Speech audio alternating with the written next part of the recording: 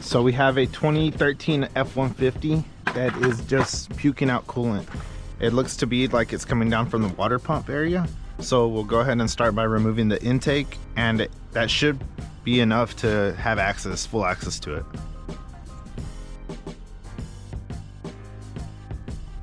And once we have the intake out of the way, we can remove these hose clips. I believe I just have to remove one.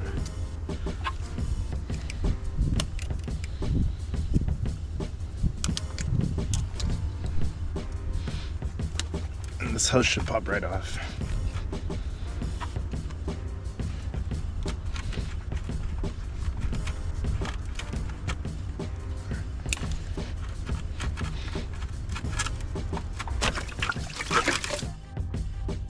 Remove the thermostat housing, which is just two 8mm bolts.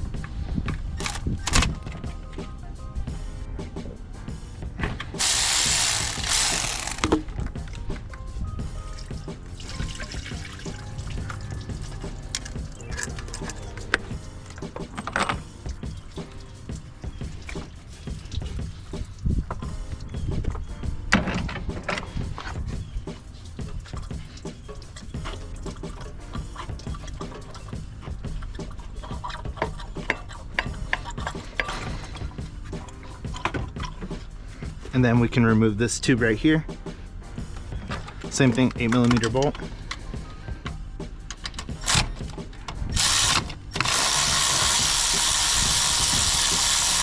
So we need to remove these two 10mm, or all four of these 10mm bolts. I went ahead and put the belt back on, that way I at least have some resistance.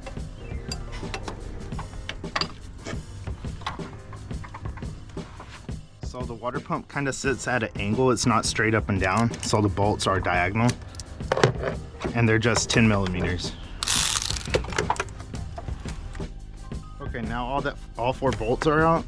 We'll just stick a pry bar in here, kind of to help us knock it out. That O-ring does get pretty seized in there.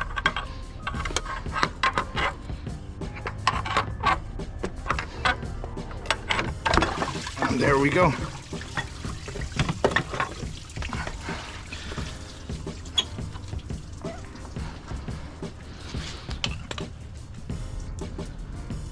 So sealing surface looks good. It wasn't leaking from there. Pump still looks fine. But yeah, you can move it back and forth about 1/4 inch. So here we have our new OEM Motorcraft water pump. And as we can see, there is no shaft play up and down. It spins nice and smooth, and it is sealed by a single O-ring. So we'll throw a little bit of lube on here, and it's just 4 bolts. So before you install the pump, you want to make sure that your sealing surface is nice and clean. If it's nice and clean, then you're good to go. Just give it a good wipe down. And I went ahead and added some silicone grease just all the way around that O-ring to help slide it in.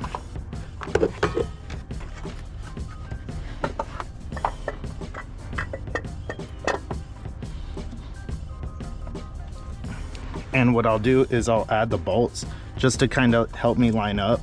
I'm not going to use the bolts to tighten it down, but just so I know it's oriented right, that way whenever I push it in, it's not stuck and I mess up that O-ring. Now that I got all the bolts in there, I just have a thread on them. I'll wiggle the pump in, and it's set right where it needs to be. Now we can just run them down and torque them all to spec. So now the same process in reverse. We'll install our tube, just like so.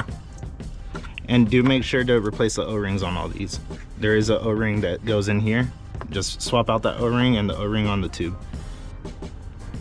Now we can go ahead and put back the pulley with our 10mm bolts. And you put the grooves facing inward.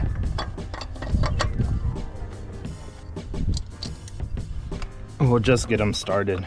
That way once the belt's on there, we can go ahead and do that next. Once the belt's on there, we'll have some resistance to tying these up.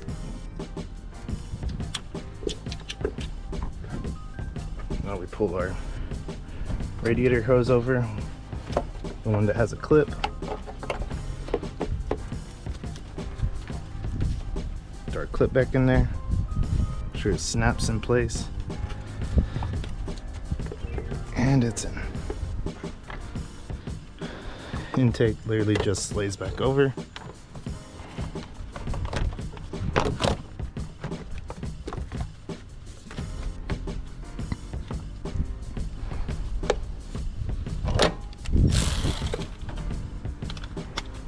These hose clamps are just 8 millimeters.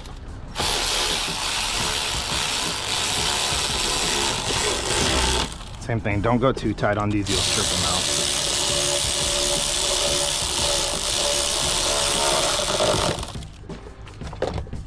Now all we need to do is fill up with coolant and we're good to go.